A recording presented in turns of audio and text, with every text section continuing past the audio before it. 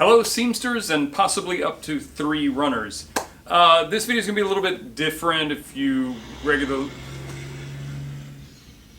This video will be a little bit different if you regularly watch my videos. I'm just going to go over a duffel bag design. I've already kind of done this when I made the first one about a year ago.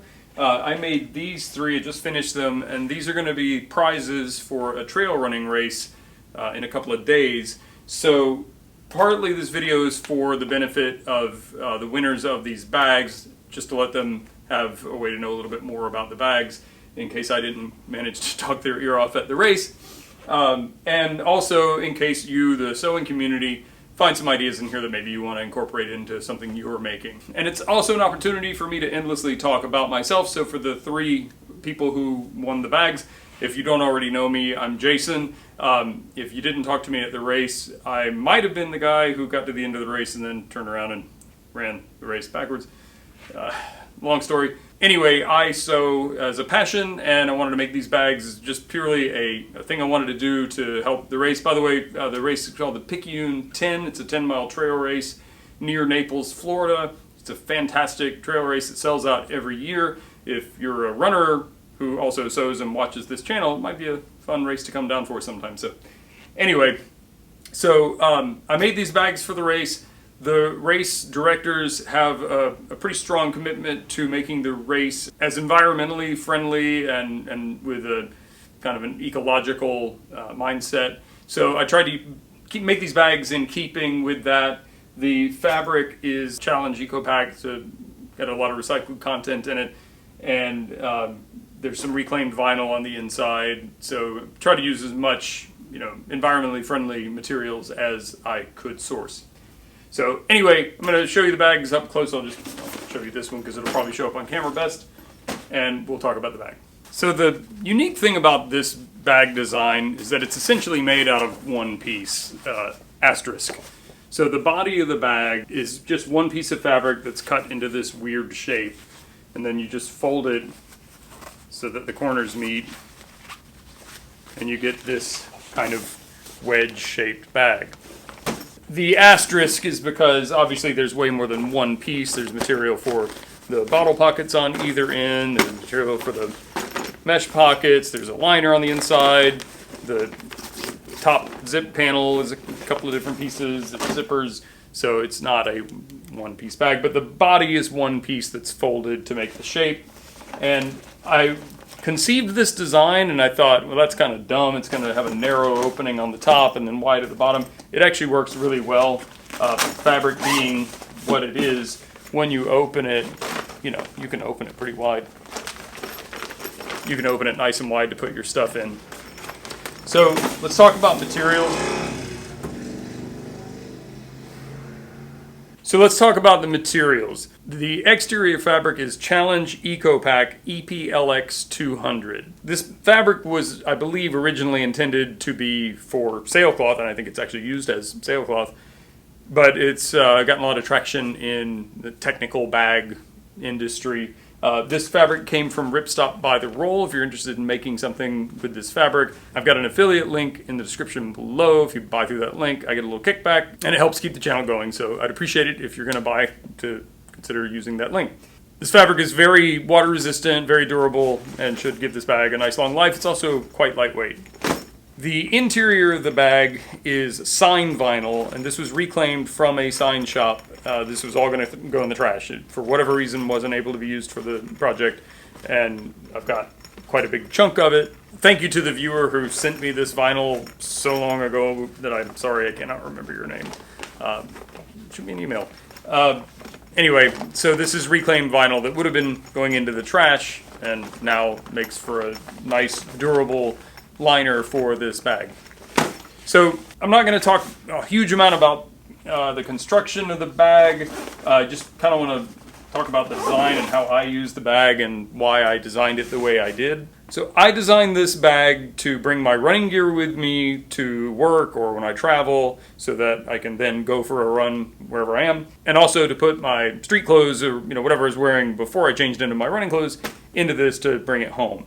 So I lined it with the vinyl so that I can keep my shoes in here, and it doesn't really matter if they're dirty. The interior can be wiped out pretty easily, and I'm not really all that worried about it. I don't care for like extra shoe compartments and stuff like that. I'm not that picky. You know, I could always put my shoes in a bag if I was really worried about it. So there's, I guess we should talk about that. There's no interior organization at all. This is just a big bucket. But it holds a pair of shoes and change of clothes, and you know, you can fit a few other things in here, but it's just designed for those things. I guess you just saw, but the double zip opening allows for really rapid access to the wide opening. The way I like to do it is I grab the lanyard that connects the two zippers. There's a tab on this flap that has Velcro on it just to complete the closure. So I just like to grab that tab, grab this, pull up the tab, unzip it. Bob's your uncle. You don't have to be fancy. If you want to just drop something into the bag, you can just unzip one side.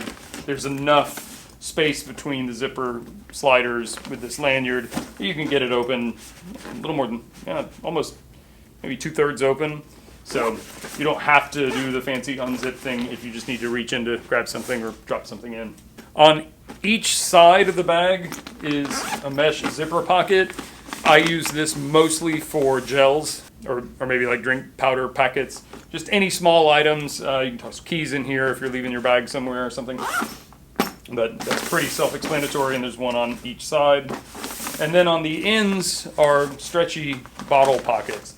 I tend to run with, if I'm carrying just one bottle, it's usually a bicycle bottle. This is not exactly the bottle I use, but get the idea. So I can stick one in here. I pretty much always have an Nalgene on me somewhere. This will fit a Nalgene 32-ounce bottle. If you use blender bottles for like a shake, or a protein shake or something after, those will fit in here pretty well. You can put soft flasks in here that are filled. You know, they can kind of put anything in here. It's just a stretchy pocket. There's obviously extra room if all you're carrying is a bottle, but I didn't want to restrict it to just a bottle shape and have this dead space over here for nothing. You could stuff a t-shirt in here, who knows what. You know, use your imagination. So there's a pocket on both ends, which means that if you have a bottle on the side that the opening is on, it is a little bit harder, a lot harder, to get to the tab to open the bag. So if you are going to fully open the bag, it's a good idea to just pull the bottle out, and then you can open the bag as normal. Design often involves compromise, and that was my compromise on this. I typically only have one bottle. If I have a second bottle or my travel coffee mug or something in here, it's not that big of a deal to take it out if I need to get in the bag. This isn't a bag that I use to keep things in it that I need to get out of it and put back in it on a regular basis. I bring my running stuff, unload it and change, put my other stuff in it and go. So this isn't that big of a deal. There's two carry handles. You use them to carry the bag, and an adjustable shoulder strap. So you can carry the bag low slung or like a normal person. And that's pretty much it. One thing I want to point out, if you're one of the winners of this bag, or one of these bags, if you and the other winners stand close to each other and look carefully at the bags, there's some differences. I'm just a dude making bags, so there are some variations in some features of the bag, because I don't have other than a pattern for the basic shape of the bag, I don't have a process worked out. I'm not manufacturing these. These are handmade bags by, a guy who's pretty good at making bags, but I'm not in the habit of making a whole bunch of things that are identical to one another. So just know that going into it, like, this is a handmade product.